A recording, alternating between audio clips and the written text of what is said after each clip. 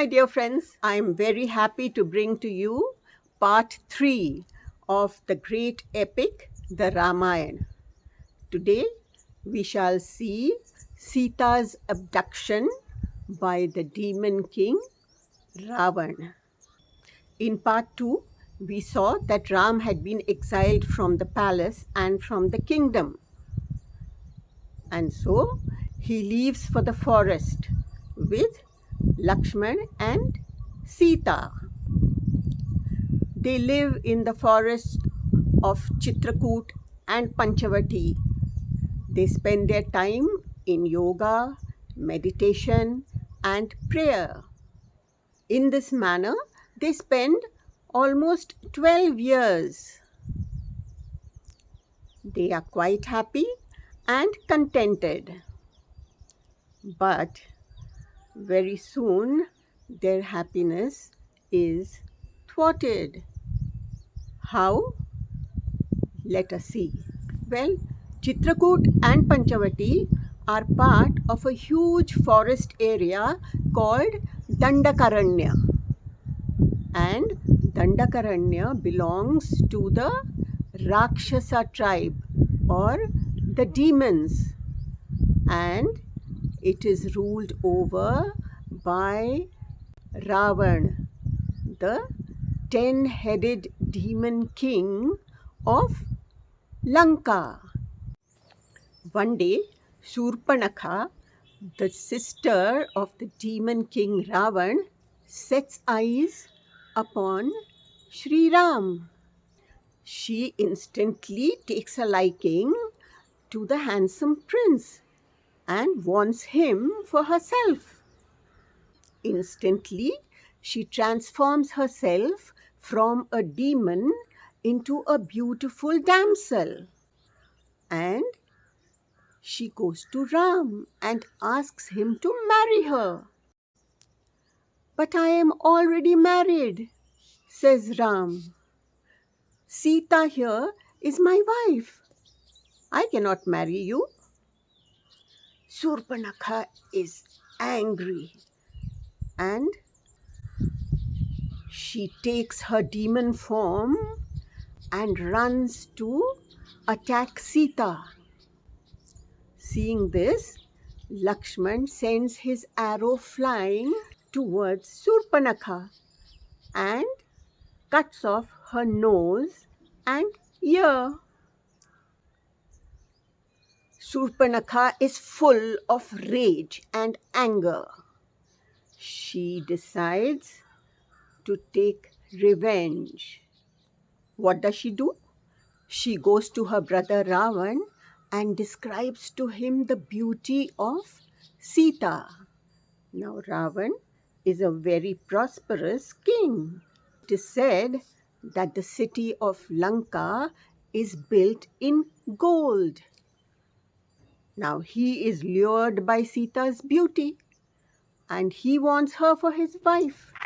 In the forest now, Ram and Lakshman fear for Sita's life.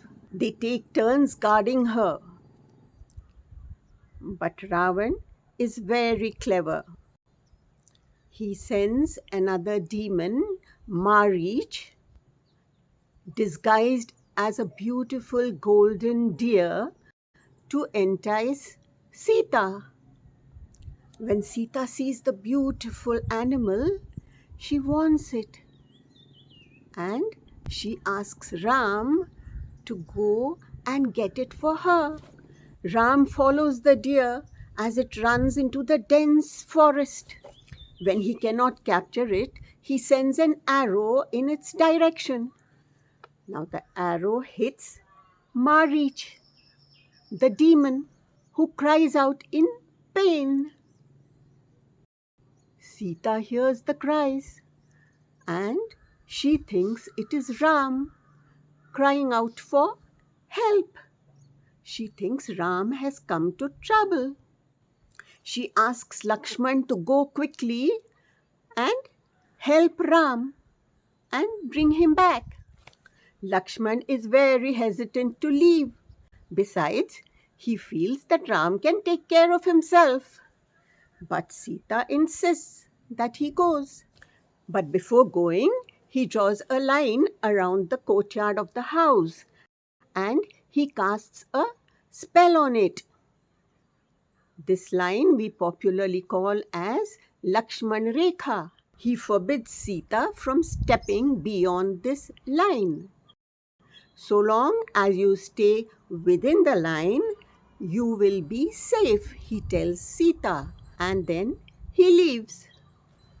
Seeing that Sita is alone, Ravan dresses as a holy man and comes to her house asking for alms. Sita brings some food and asks him to come close to the house.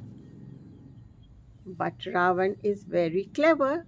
He instead asks Sita to come towards him.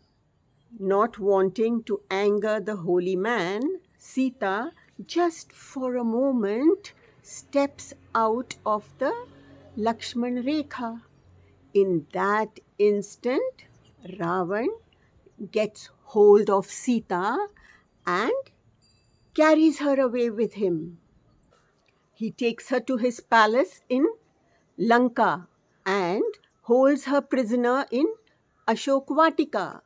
He tries his best to convince her to marry him, but Sita does not pay heed to him. In the meantime, Lakshman finds Ram and they both come back to the house, only to find it empty. Sita is nowhere to be seen. What could have happened to her? Is she in danger? Where could she have gone? They are both so worried. Well, isn't the story getting interesting and intriguing? We now have a kidnapping. But it's now time for me to go. What happens now from here on? I'll come back and tell you in the next episode of the Ramayana. Until then, bye bye. So that's all, folks. I hope you liked it. Don't forget to like, share with your friends, and subscribe.